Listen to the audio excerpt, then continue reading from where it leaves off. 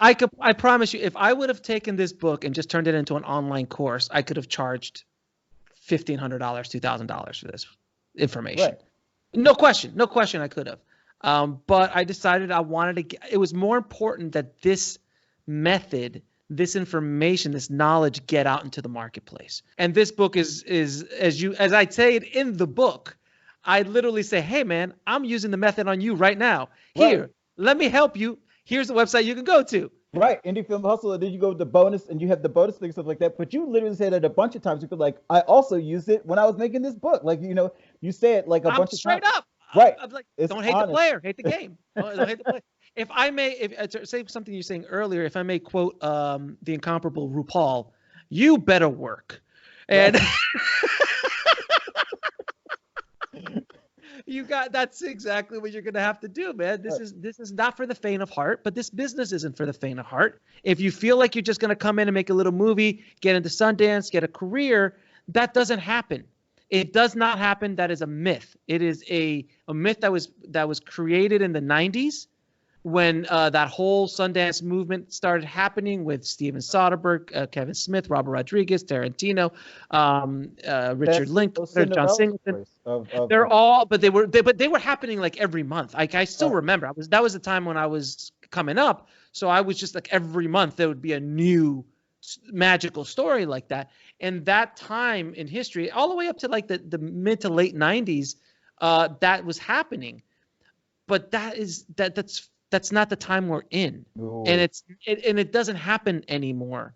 And if it does, it happens once every decade, really. Or what seems to be a Cinderella story really isn't a Cinderella story if you look behind the scenes. It kind of dies out right around Shane Carruth and like Oren Peli. Like that's kind of where it just dies out. That's it. That's where it goes. It's gone. And like, yeah, it's like that was the window. And this is another thing I wanted to say. And people need to understand this. And this is in business as well as in the film industry. But there's windows of opportunity. There's windows that are open. And doors that are open for certain periods of time. And those doors will not stay open forever. So you need to take advantage of those doors. You need to train yourself to see these opportunities and take advantage of them while they're happening. Because if not, the door will close and now you're going to be left dangling in the wind. And it happened in the late 60s and early 70s when the studios were completely clueless about what young people wanted to go see in the movie, so they gave the keys to the inmates and let the film school generation come up with Spielberg, Lucas, Milius, Coppola, those guys. That was a time period. Right. It lasted pretty much for the 70s, and then it kind of shut down in the 80s, and that kind of went away. So then there was another thing that happened in the 80s that you could do this or that, and then VHS happened. That was a moment in time. People were making millions with that. Then all of a sudden the 90s showed up and like, what is this DVD? And now there was people making money with that. Then Sundance happened and like, oh, wait a minute, is this the way? So that moment in time for the Sundance, like if Robert Rodriguez, Kevin Smith, or Richard Linklater, do you think Slacker would make a blip if that showed up today? Do you think Clerks anyone would give a second look to Clerks or Mariachi for that matter? The only one maybe is Reservoir. I think Reservoir would still make a big splash if it showed up today. Yeah, because it is. My son is discovering Tarantino's oeuvre right now, and he's 16, and he's like, what is this? Where's these movies? Like, and I was like, you have no idea, son. You're just getting started.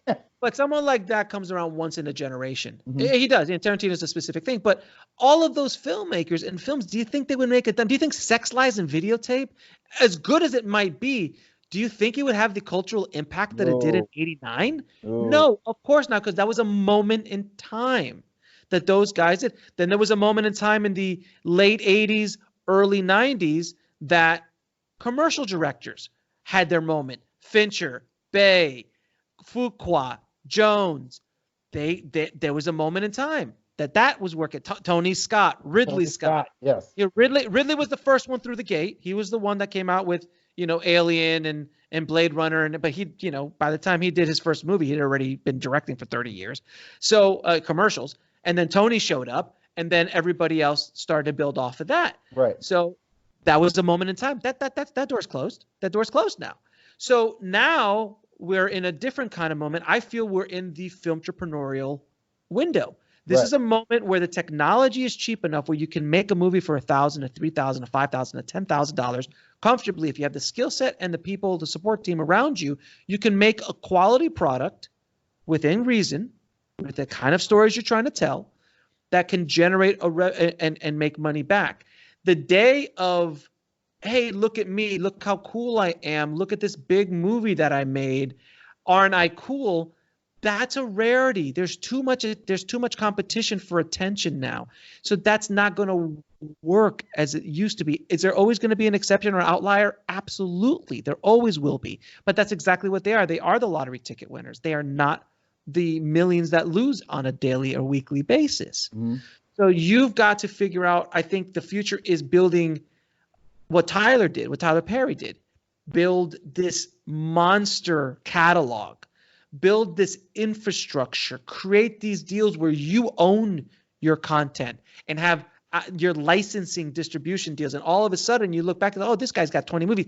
That's going to be the new thing. This entrepreneurial filmmaker, which Tyler Perry kind of is the model for, he's a filmtrepreneur to the extent he saw a market that was underserved, that nobody was paying attention to.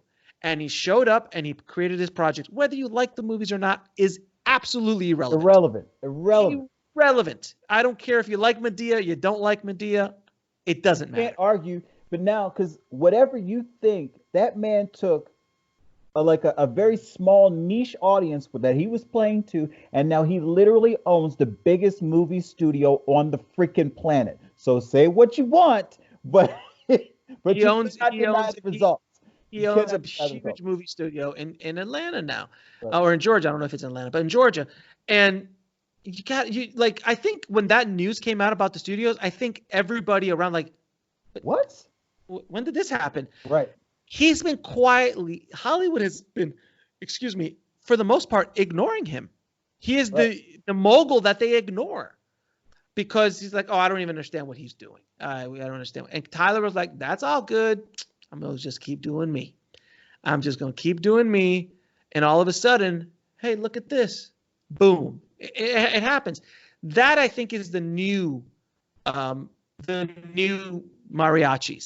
the new sex lies and videotape, or, the new taxi drivers.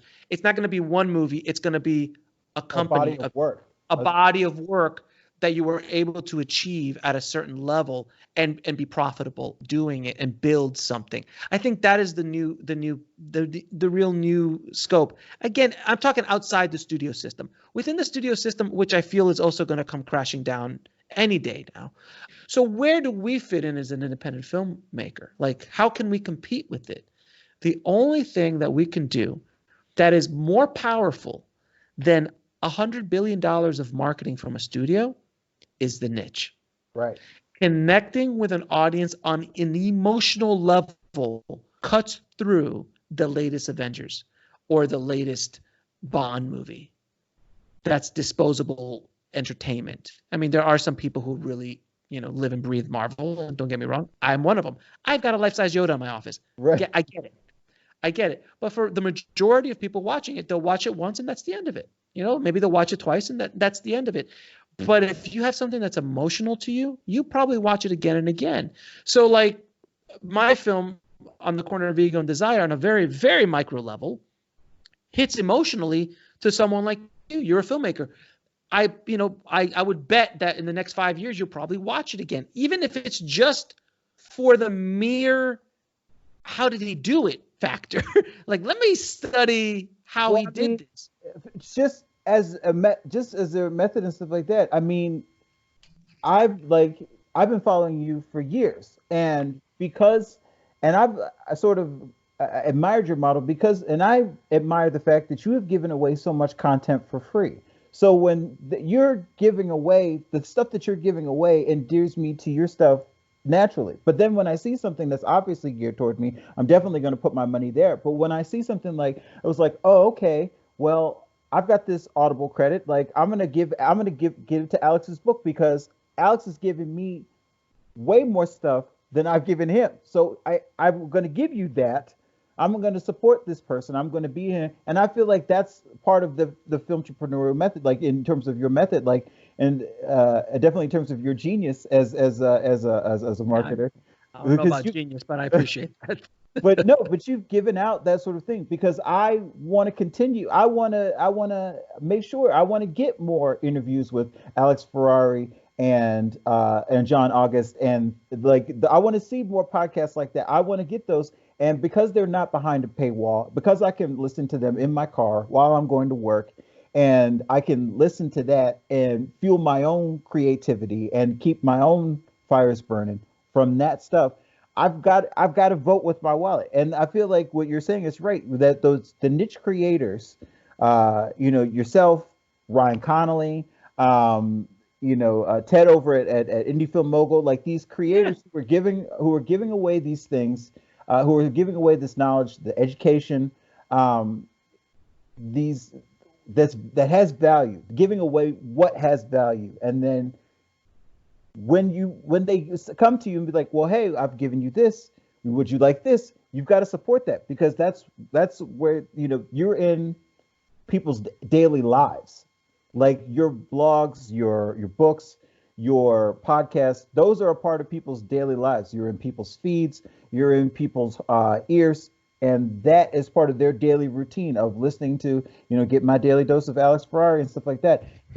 That is a part of someone's life. That's way much bigger than an Avengers, because I know when those things are coming, because you'll see it. Right, they paid the whole thing to make sure that it's broadcast from the moon. Like you're gonna know when the next Doctor Strange movie comes out. But this other thing, like where you have these creators that are with you, that are part of your daily routine, that are part of your daily lives, you're going to be much more willing to support them and their efforts, because that's a part of your life. Whereas these other things are, while they are fun, and as much as you say we love the Avengers and Disney and all those other characters and stuff like that, but that's over there. That's that content. That's stuff that you can put away.